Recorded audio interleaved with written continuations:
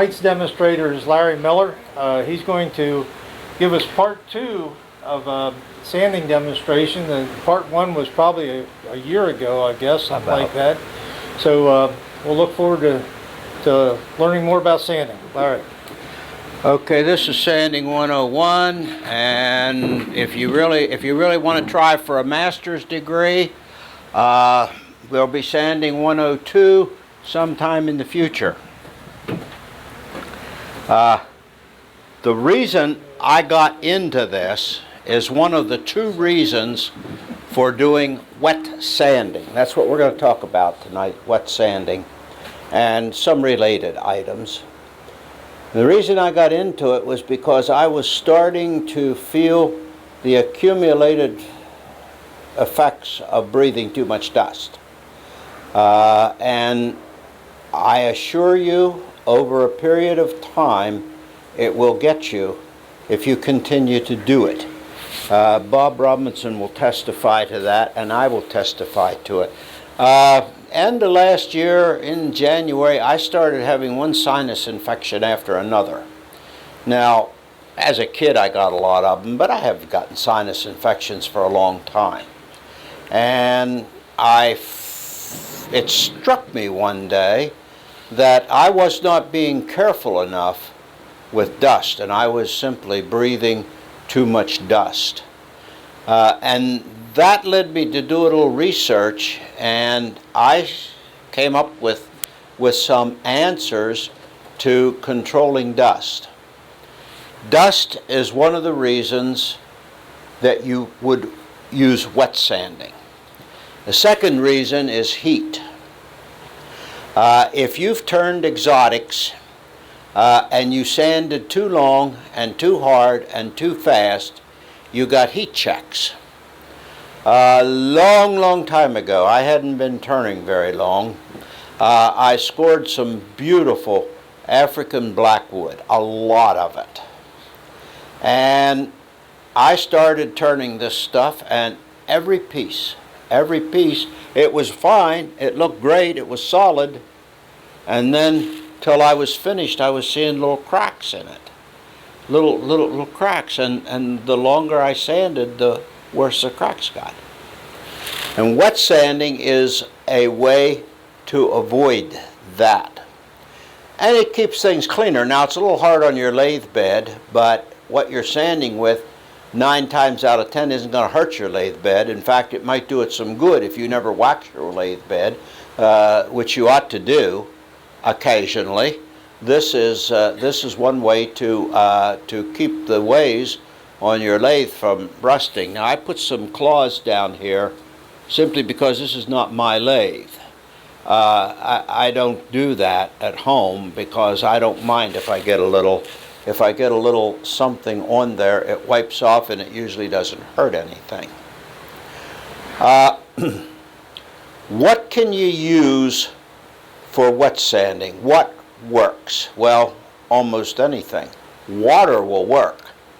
The only problem is water raises the grain, and you just have to keep going and going and going, and you finally have to knock the little whiskers off at the end. I have brought a number of things that will work well for wet sanding. Would you believe it? Rubbing compound. This is high-class rubbing compound, and it works beautifully. Rubbing compound, not quite so high-class, but more affordable, from the auto parts store. This is turtle wax.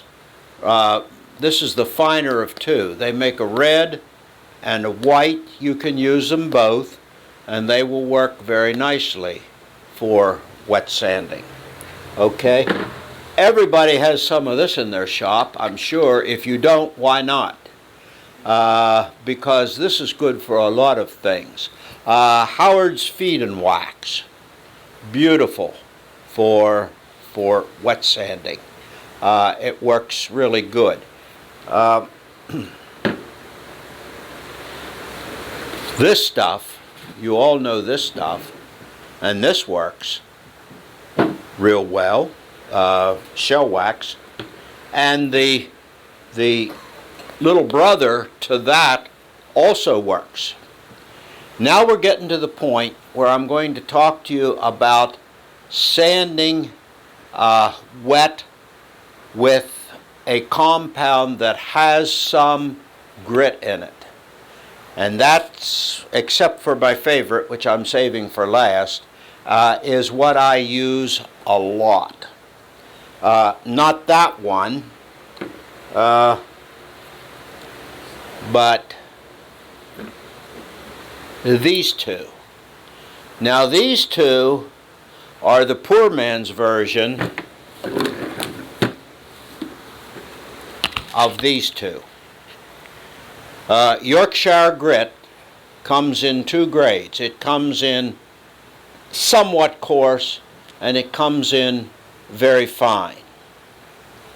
And you can get these from Wood World, Texas, and you can pay $25 to $28 a can for them plus shipping.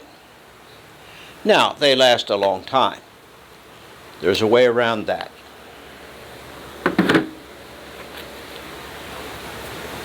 This is the same thing that I made myself. Basically the same thing. And I want to talk to you about this. This would be, the one with the P on, would be the equivalent of the coarser grade of Hampshire grit. Yorkshire grit. Hampshire is the wax. Same company, and this one is the equivalent of the finer. Now I made these, and you can make them, and you can do it very economically. First thing you do is you go on Amazon.com and you buy the cheapest crock pot they have, which is somewhere between $7 and $12. Absolutely the cheapest one. And you dedicate it to this. And you only make your sanding paste out of it. And the formula, it's very simple to make. You, by weight, you put 6.4 ounces of mineral oil to 1.6 ounces of beeswax to enough pumice stone or rotten stone. Pumice stone is the coarser one. Enough pumice stone or rotten stone to have it completely suspended in the mix. The first time I made this, I didn't put enough pumice stone in. I hadn't really tried it. But Joe Wertner stopped around one day for something, and I said, "Here, Joe, try this." He called me up and said, "It doesn't work." So I went down and tried it, and sure enough, it didn't work. It did a nice job of polishing a finish, but it didn't work as a sanding paste. So I went back and revisited the thing, and what I discovered was that when I put the pumice stone in, first of all, I didn't put enough in, and then I didn't keep stirring it until it was completely infused in the mixture. And then what you have is you have a nice soft, really nice soft paste that will work beautifully for sanding. You can use plain wax, you can use plain mineral oil, or a new product that I was privileged to test is, what do you call it, Joe? I don't know, you can call it sanding paste, whatever. This is Joe Wertner's concoction, and I'm going to have him tell you what's in here. This stuff works good. Joe, would you tell them what's in here, in what proportions? Want me to come up? Yeah, anywhere. Okay. We're informal. Okay, great. Now you're going to have to plug that back in. Yes. Yes, okay. Just so you can hear me. Okay, this here, I actually got this formula from American Wood Turner magazine, February of 2019. And it's Did you look into this, Larry, at all? I sent did you- not. Okay. I simply haven't had time yet. Okay. This is an abrasive paste recipe, and what this calls for is 1 part beeswax, 1 part diatomaceous earth, which is abbreviated DE, and 4 parts of mineral oil. What I use, though, is 2 ounces of beeswax of weight, 2 ounces of DE weight, and 11 fluid ounces of mineral oil. And you put it in your crock pot, which I bought mine from Kmart. I just bought a cheap one there. And this stuff, it really works good. If you have not used any sanding paste, I highly recommend it. It is really good. Now, one more thing with that diatomaceous earth, while it's food safe for humans, exercise caution so as not to breathe the abrasive powder before it goes into your liquid form, your powder form, your paste. So, because you pour it in there, so I'd wear a dust mask. So that is pretty harmful stuff. What that's good for, by the way, is to kill crawling insects, I guess, in a garden and all. And Nelson, what do you use it for? You tell me. Well, it's used in filters for swimming pools. Yeah, Nelson and we used it up at the academy too, for the swimming pools, filters. I don't know how it works or whatever, but you know. But anyway, I have 4 cups over there of it, and at the end of our demonstration, you can draw and you can get one of them, take it home and try it, and let me know how it works. Thanks, Larry. It works. Thank you, Joe. It works good. I like it. Do I like it better than my own or the commercial stuff? I'm not sure yet. The jury's still out. But it works very nice on the sandpaper, which brings us to the sandpaper. What kind of sandpaper do you use for wet sanding? Any sandpaper. Except for some things, and I have one medium for wet sanding yet that I haven't talked about. I will. For some things, the wet dry paper, the black paper works good. And what I do is I buy it this way. I don't buy a lot of it. It lasts really good, and I don't use this exclusively. But the black wet dry paper works very well. And I just put them together into packs. It starts at 120 and ends up at 5,000. And then I just cut a piece off and go to sanding. Cut a piece off, go to sanding. When it get down to here, I throw it away. I have a couple of them at home. The first thing I started wet sanding with, and I guess it is still my favorite for a number of reasons, is citrus solvent.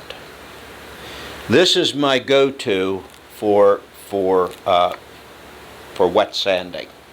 Now, this particular one is made by Milk Paint, but you don't have to buy this. You can go in here to Dollar General and you can find citrus solvent for $1. I haven't used that. I have only used this. And I like it very much. Now, if you're going to use citrus solvent, and as I said, this is my favorite for hand sanding. For power sanding, it does not work as well in that you have a lot of splatter and stuff going on. But for hand sanding, it's beautiful because you clean the sandpaper. You can keep cleaning the sandpaper by simply spraying a little more citrus solvent on it. Now, when I use this, I wear gloves. I wear latex gloves or rubber gloves or whatever Harbor Freight sells. When I use this, I noticed after a long day of wet sanding that my skin was a little irritated. My fingers were a little irritated. So I put a glove on the hand that's going to hold the sandpaper. Now, be careful. If you're sanding something that's irregular, what I'm going to sand tonight, it's no problem. But if you're sanding something that's irregular, you don't want to you don't want to get these gloves caught down in there. You can power sand with any of these, and it will work. It works beautifully with inertia sanders. Now, the last time when I did the entry level, the freshman course in sanding, I badmouthed these things. I must come back and apologize. I badmouthed them because I was using the wrong inertia sander. I bought one from a well-known company for, I believe, $59. I'm not gonna name the company, but you've all bought stuff from this company for I think $59 or $69. And the problem with it was it had a big lever here on the side to adjust the pitch of the sanding pad. And I was forever knocking that into my work, particularly sanding inside, and it was forever in the way. And I finally, the trash bin is from here to the cookies from where I was, and I finally said, that's it. And I threw it away. That's why I don't have it here to show it to you. You would recognize it immediately. So I went to the internet and I started looking for inertia sanders, and I found out that there are some really good inertia sanders.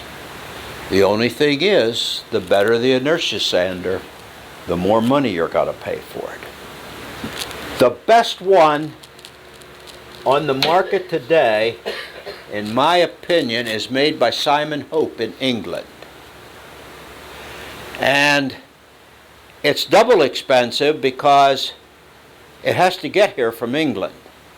I do not believe you could buy a Hope inertia sander yet in the United States. I don't know why you can't, but I don't think you can. Now I got to see if I have a sanding pad that fits on this. Yes, I do. This little thing is dynamite. It is so smooth, it is so easy to use, and I will show you a little of that after a while. Now, if you want to go on the cheap and get yourself a decent inertia sander, you can do it. What you do is you call up Captain Eddie. And Captain Eddie, for $10, will sell you this mechanism. There's a magnetic ball bearing down in there, and it's clear in the bottom. That's the problem. It should be on the side. And there is a little tube that your sanding disc will fit in, and it'll stay in there. And it stands pretty good. Don't touch it. Don't touch the metal after you've been sanding, because the rest of these are ball bearing and they run really cool. This one is not. But if you want to go inertia sanding on the cheap, this is the way to do it. I called up Captain Eddie, or I went on the internet or something, and my intention was, I bought two. My intention was to put one in the end here, and then I'd have a straight on. And I got to thinking, why would I do that? Because I never inertia sand that way. So no point in doing that I could see. Okay, you also need to get yourself one of these. This is just a big eraser, and you can buy them. Any supply store will have them. What I do is I think they're about 8 inches long when they come, and I cut them in half. Simply because it's easier for me to manage a shorter one than that big long thing. So I cut them in half, and you can clean your sandpaper off with that. Okay.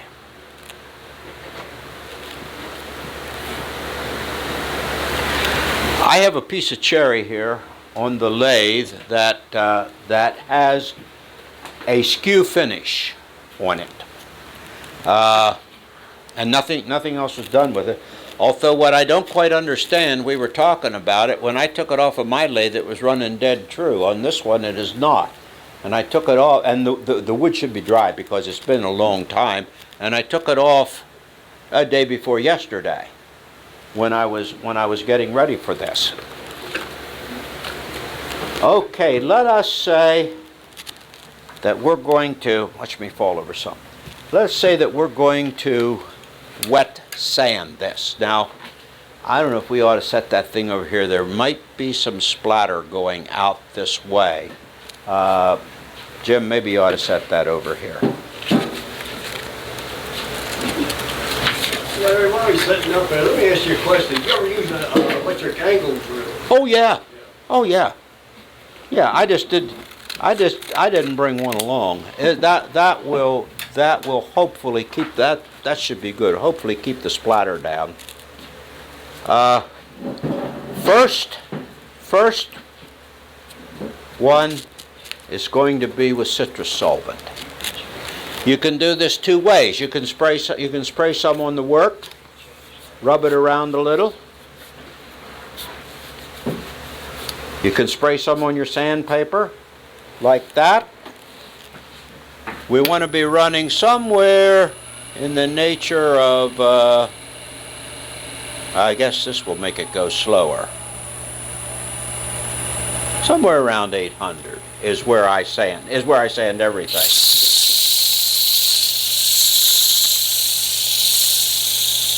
No dust. Love it. No dust at all. See that? Little bit of buildup on there. Now, what I like about the citrus solvent is, if I just give that a little spray, that washes right off. And you can just keep it going and going and going. Absolutely cool.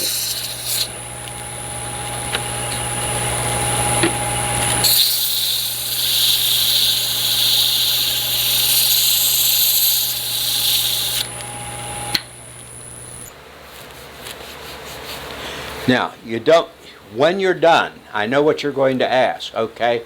Now you have citrus solvent on there and you want to put some kind of a fancy finish on it. What do? Well, you can do a couple of things. You can sand your last grit dry and you will have a little dust. You won't have a lot, but you can sand your last grit dry and that will clean it off. You can wipe it with mineral spirits and that will clean it off. You can wipe it with lacquer thinner, but I don't recommend you do that. Lacquer thinner is a pain. I don't do that. And in many cases, you can use just plain denatured alcohol, and it will clean it off. And then you just have to hit it with your 4,000 or 5,000 or whatever you're going to go to. That little bottle of citrus solvent there by Milk Paint, I bought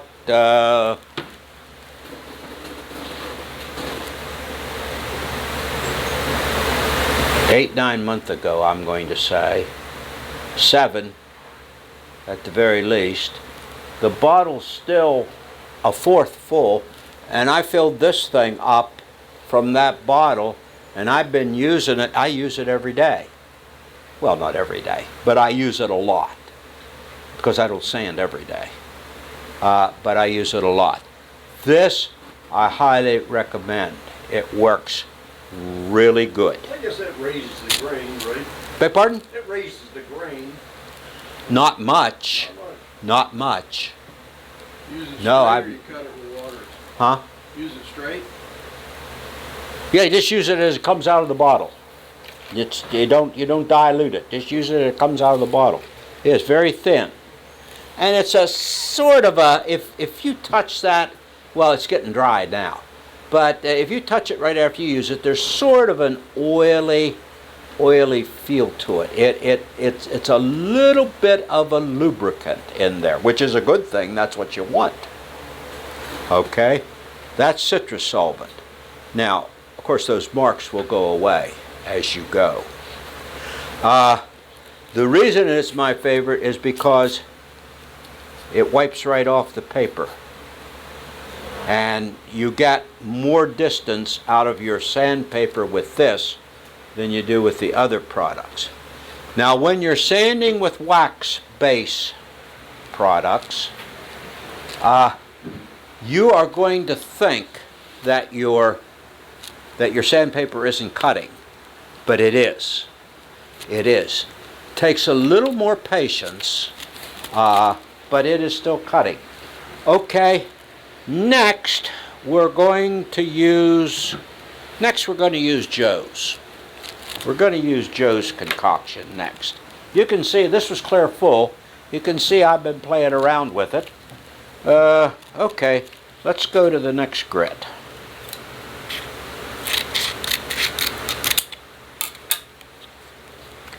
I still fold 3 times. Now, there's a couple of ways you can do this. You can take the stuff and simply smear it on.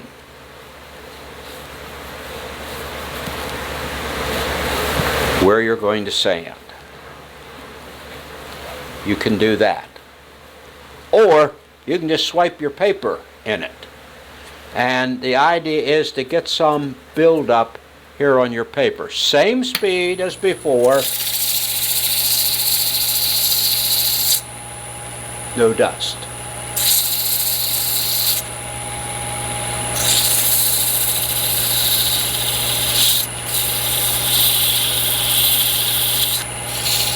No heat.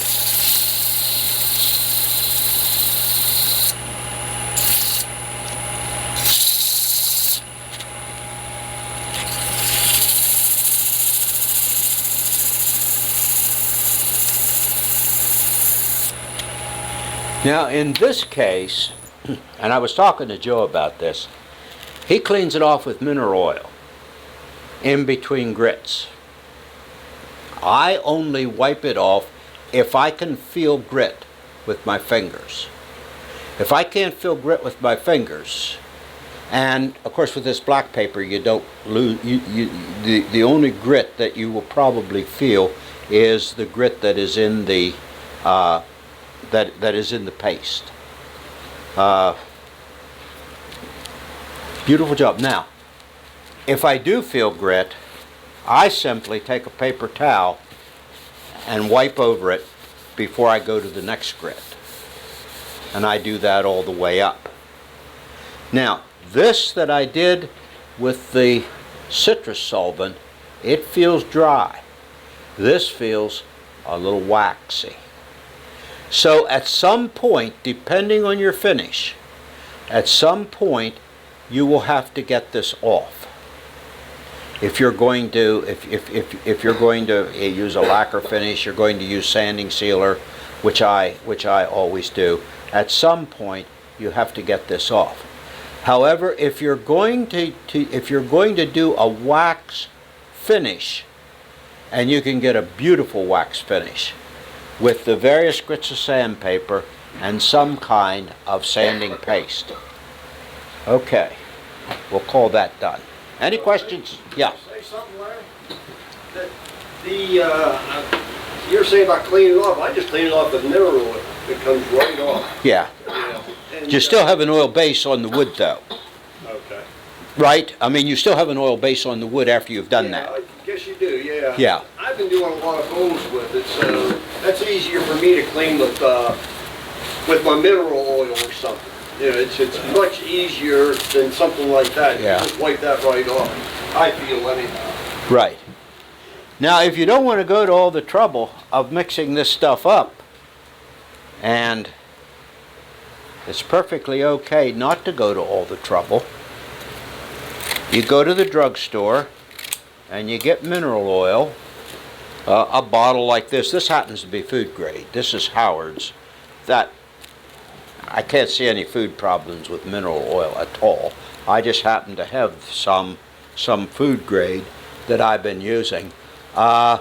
If you're going to really make a bunch of this stuff to give all your friends, you know, to give your grandkids for Christmas and so on, you know, to send to your brothers and sisters and so on, I recommend you buy a gallon of mineral oil from Amazon. And I also recommend that you buy your beeswax in pellets rather than in blocks. Because if you buy it in a block, you almost have to cut it down into smaller sizes unless you have a lot of time to sit there and wait for it to melt. Now the pellets are a little more expensive, but they melt much faster. I also buy my pumice and rotten stone from Amazon, and I get the 1-2 pound paper bags. It comes in a paper bag. You use quite a bit of it. Mineral oil, you can do the same thing with mineral oil. You can simply rub some on there, rub it on good.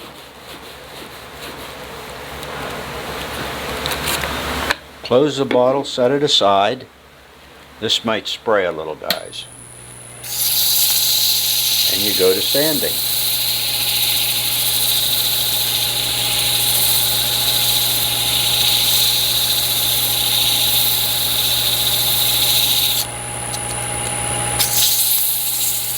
Notice, no dust. No dust.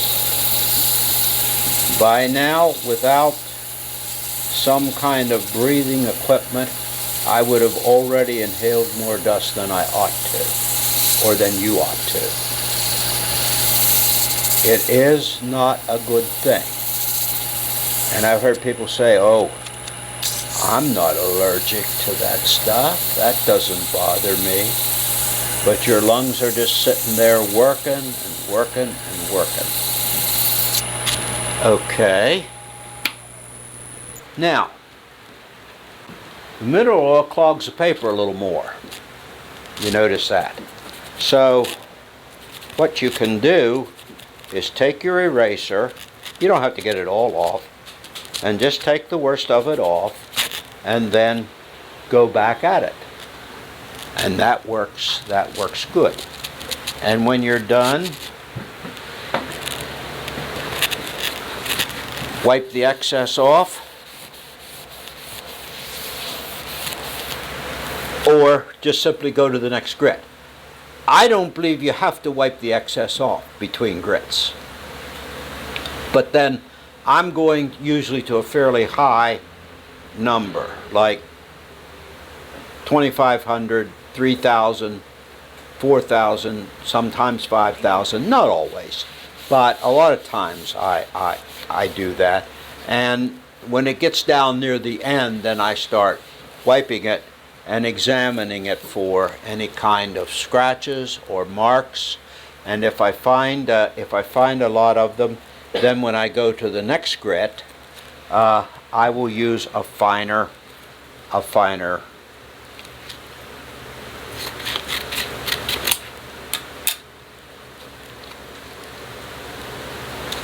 Now we'll do a little test at this point. How are we doing for time here? Oh, we're done, not too bad.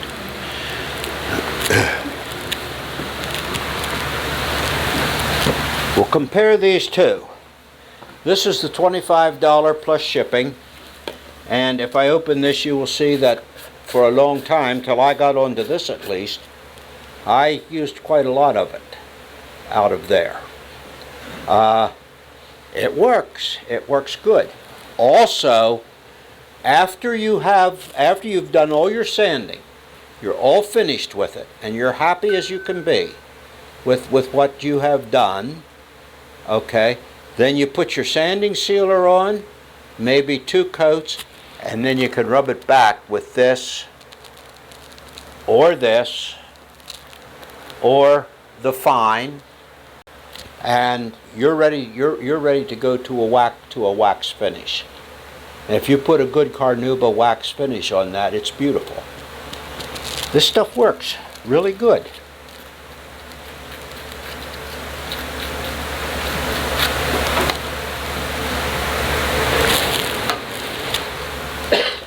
Okay, we're moving right along here. Now we're using Yorkshire grit. Isn't it Yorkshire? Yeah. I get Yorkshire and Hampshire mixed up. Now we're going to go back over this. No dust. See that, how slick that is? No dust.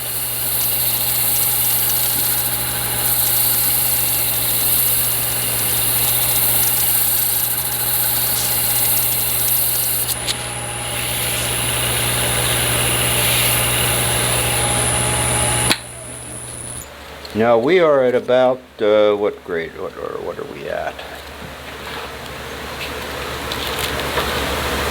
We're at 240. That was 240 that I just did. Now I have not been that careful, obviously. I've just been trying to show you how the stuff works. So that's the that's the high price spread.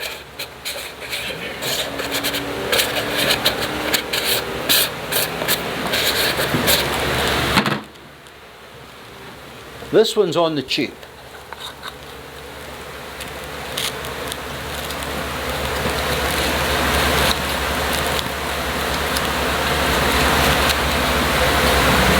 That's a glass container. I shouldn't use glass.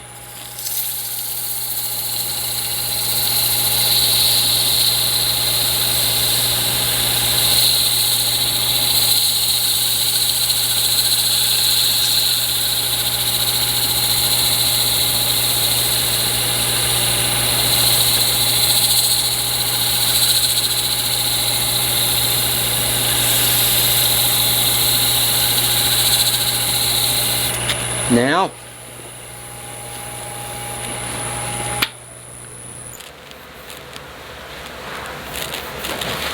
it's getting pretty nice.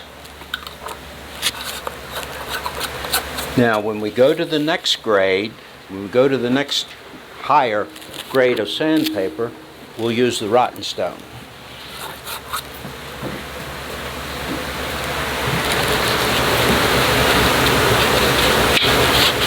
This will be 400.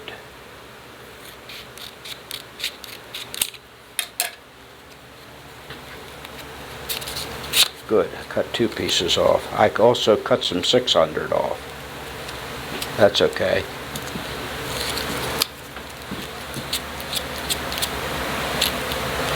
Nice and soft.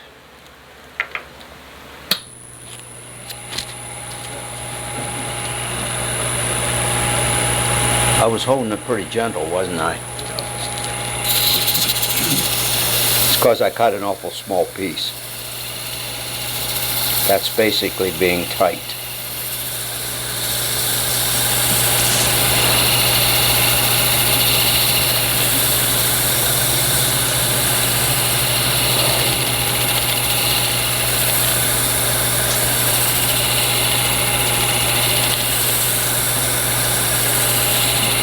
No dust.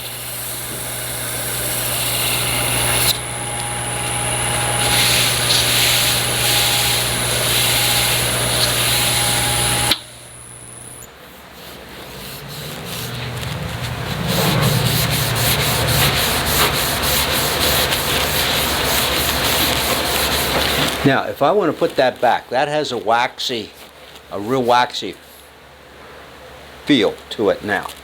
If I want to put that back, all I have to do is take the citrus solvent. It is a solvent.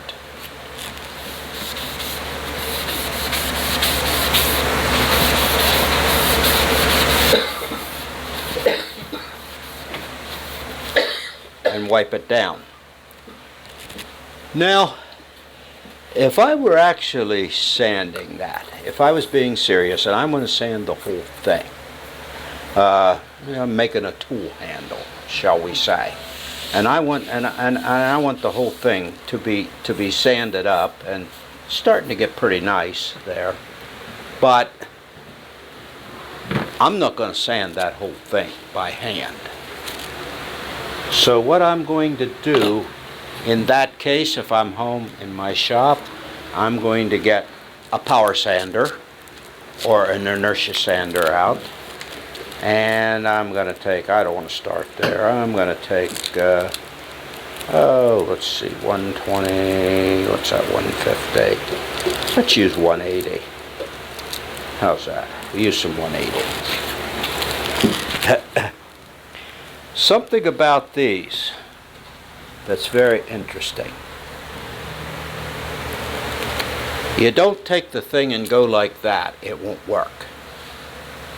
Oh, you'll sand, but you may as well sand by hand. You sand either on this edge or on this edge. Now, interestingly enough, when you sand on this edge, it runs one way. When you sand on this edge, it runs the other way. So you can take care of your scratches by reversing your sanding.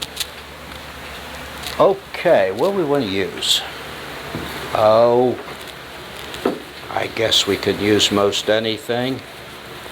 How about some Howards? Do you all use this? I know Bill does, because that's where I learned about it. So.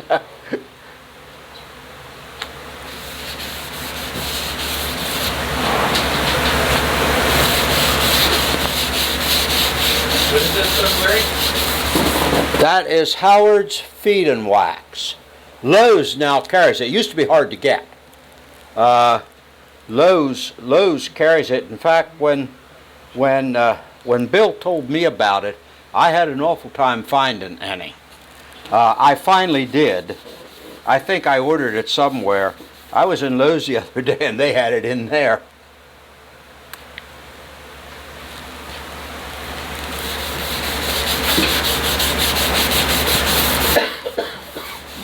Now we're wanting to sand this whole thing, and we don't want dust. Now if you see any little specks coming off of here, which you will when you power sand, that's beads of wax, and hopefully they're not coming off to such an extent that you're breathing them. That's about shot. Gonna go right around 900. 857's good. Remember 7 o'clock and 5 o'clock. I told you in the first class.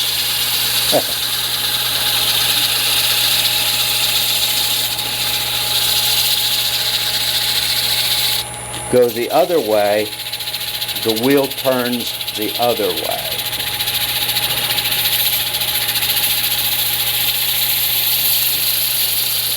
No dust.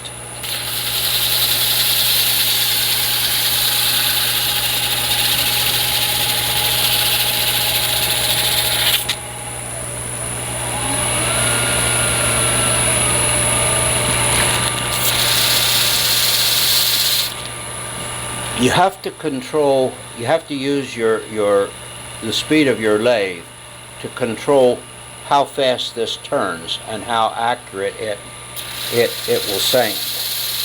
I had to speed it up a little because this diameter isn't very big. So this is not turning as fast as if I had a piece on there like so, which would make it turn a lot faster. So I had to speed it up a little. See, no dust.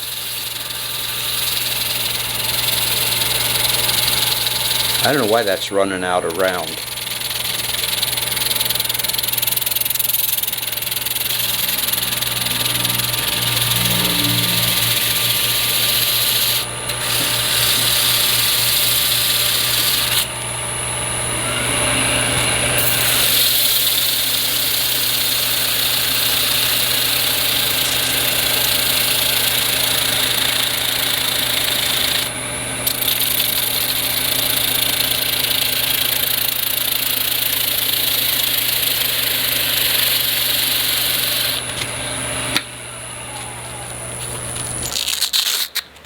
Now, I know what you're thinking. You're thinking that this is all clogged up and it's not sanding. And it is to some extent. That to some extent is true, but it is still sanding. And you can take the worst of this off with your little eraser. See, it just balls the wax up and takes it off, and when you can feel a little bit of grit there again, you're back in business. And this is but 180, and you're ready to go again.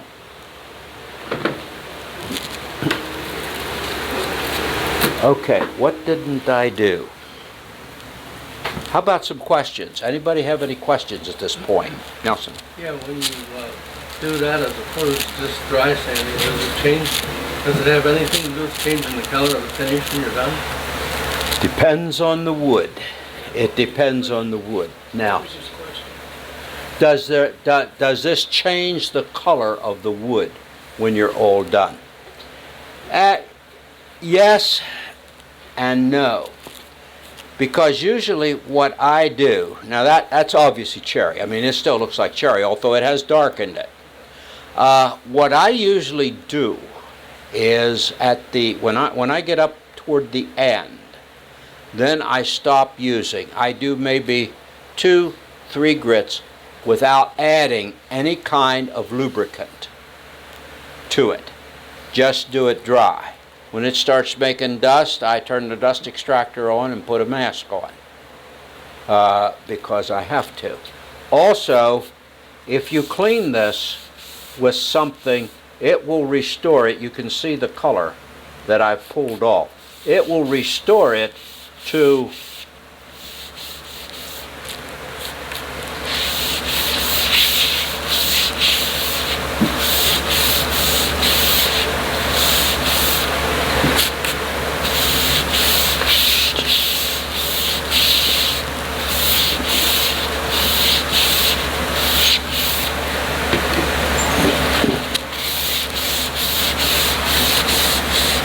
I am reaching for a hand wheel out there, and there's not a hand wheel. I'm so used to reaching out here and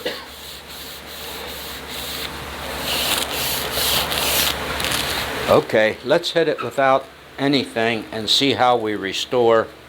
Let's put another piece of 180 on there and see what we can do to restore in the finish.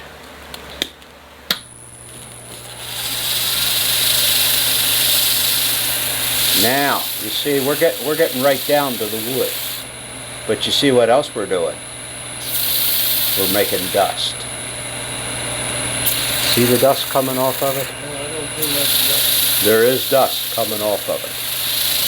I can see the dust. It's very fine dust, and it's bad. That's bad. That's bad. See the dust?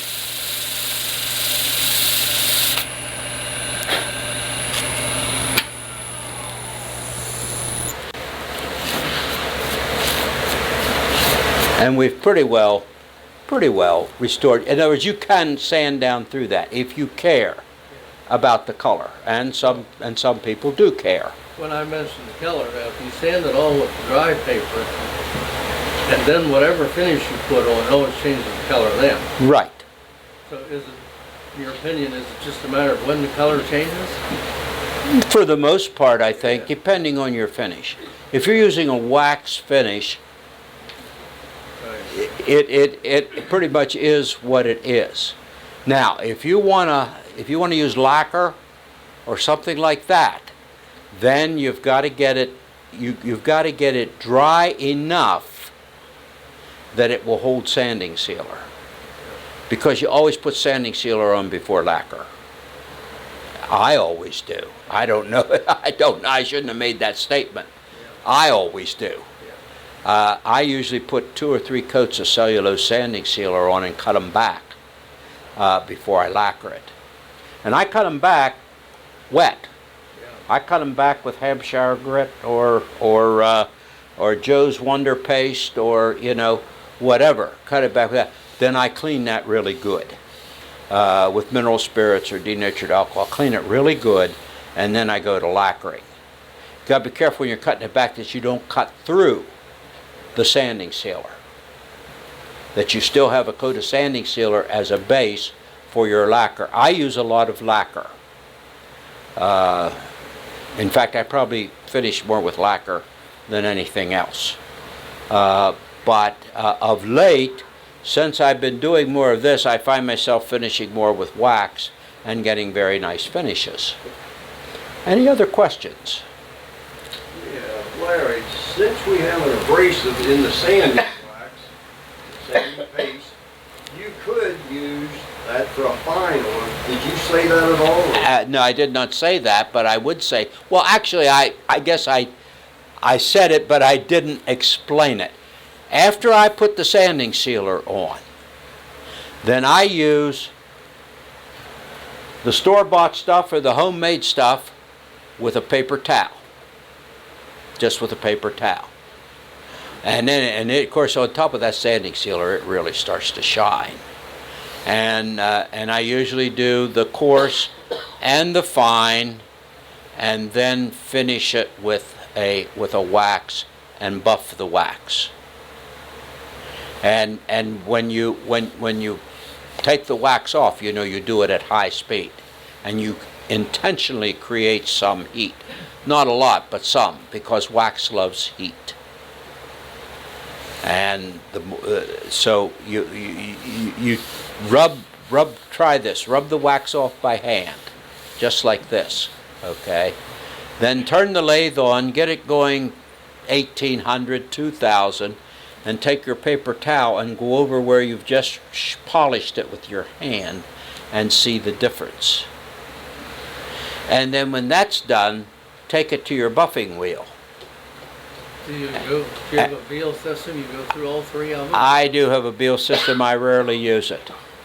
No, I have a couple of the 12 of the Stuart McDonald, the Luthier, the people that make supplies for building guitars and violins and mandolins and all of that stuff. They have some fine products.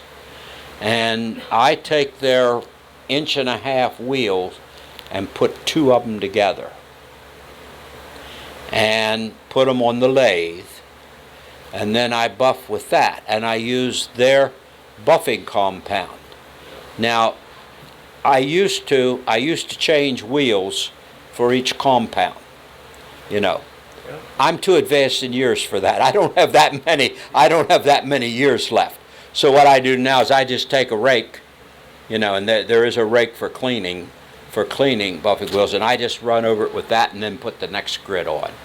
And it does a beautiful job. For me, I think it's a beautiful job. Larry, you'll have to repeat this question, but the answer is the diatomaceous earth is the same. What's in the compound of the triple E compound as diatomaceous earth in it. Oh, in other words, Joe is telling me that the stuff he makes is essentially the same as this. Don't know that. But Triple E Ultra Shine, Yeah. right? I have no idea. I don't use that, so Oh. I don't know. But Well- I read that, so I just wanted to let you know.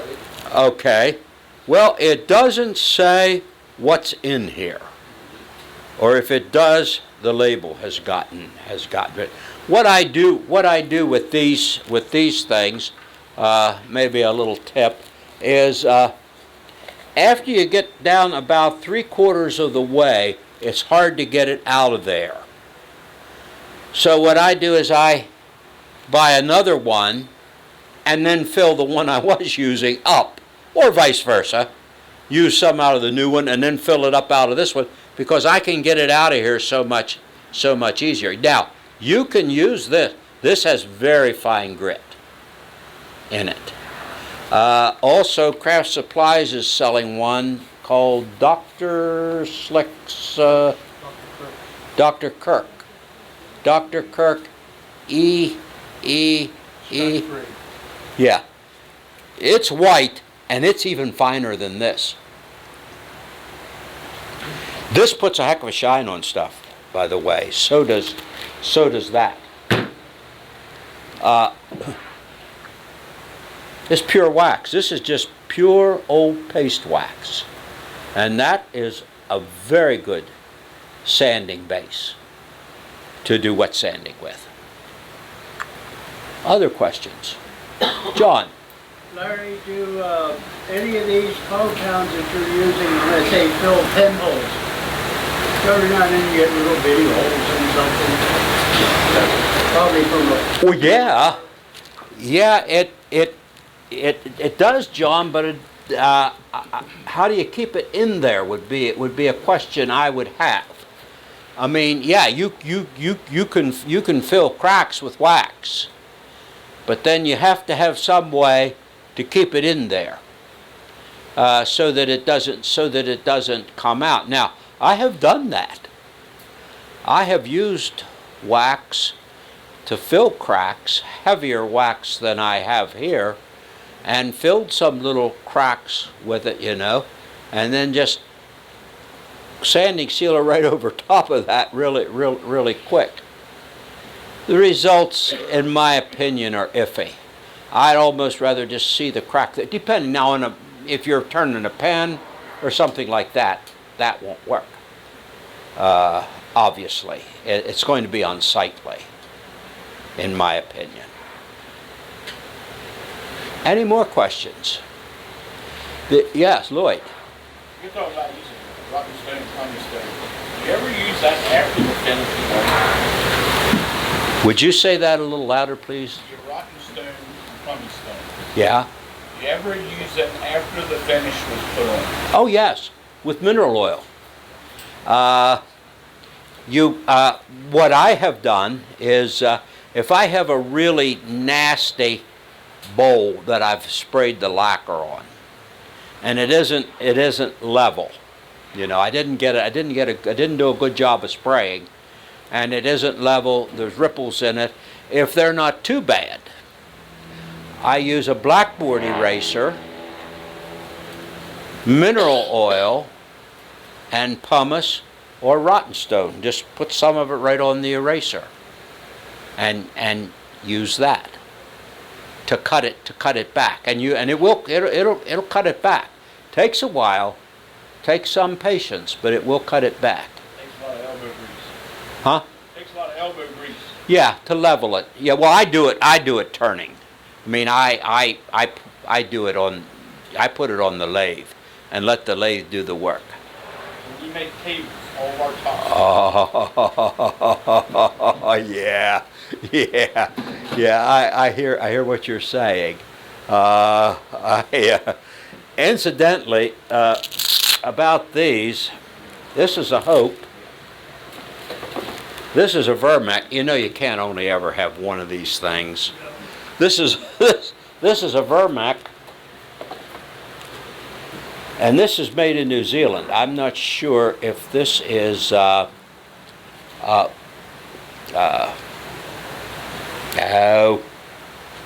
I have the box at home.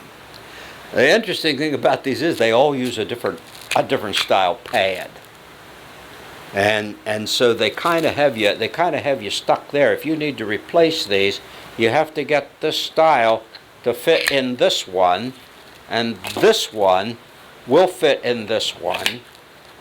This one will not. So, but I've had these a fair while after I went in search of these things after I must confess I didn't buy all of these. I put it on my Christmas list, and I got I got some duplicates. This is a Skelton made in New Zealand. It's very simple and not very expensive, but it is a ball bearing system, and so it runs cool. And if they'll do that, you know, they'll work pretty good.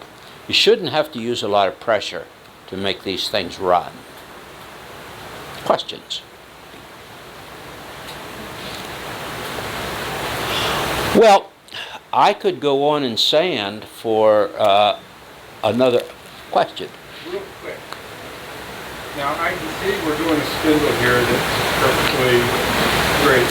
What do you do when you're making something that has a lot of codes and beads and bead grooves in it? Can you repeat that, Larry? Huh? I couldn't hear his question. Oh, the question is, this is for demonstration purposes, this is really simple and really easy to sand. And that's why I brought a spindle. The question is, if you're doing a burl bowl, and especially a burl bowl with occlusions, then what do you do? Well, what I do generally, if I am going to wet sand it, I use the citrus solvent, because it doesn't gum up in the little cracks and little, you know. And that's an interesting spider.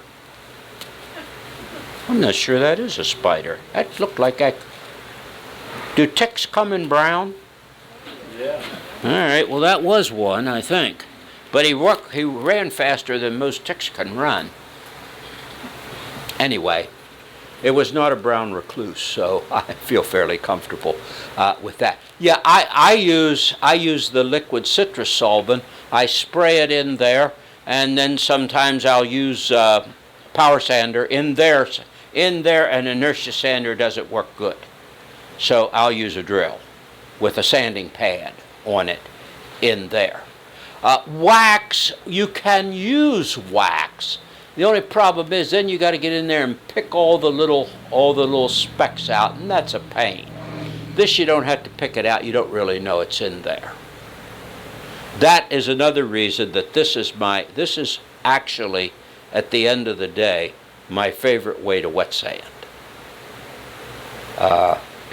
Except, as I mentioned, you have to be, some people are a little sensitive to citrus solvent.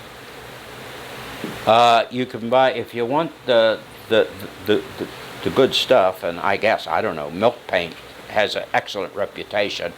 The only reason I picked milk paint is that's what Amazon had at what seemed to be a decent price, so I just ordered it. I discovered later, walking through Dollar General, that they have a citrus solvent, an orange base, orange peels base, I think, and maybe some others too, but it's citrus, any citrus fruit.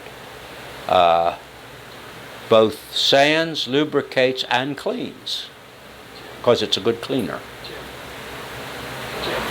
It's what it's sold for. Any other questions? Ever use pine saw? Promise, huh? About pine saw. Well, that's a very good question, but I'm going to have to reserve the answer for pine saw until the doctoral level course. Well, if there are no more questions, I'll pass out the exam papers.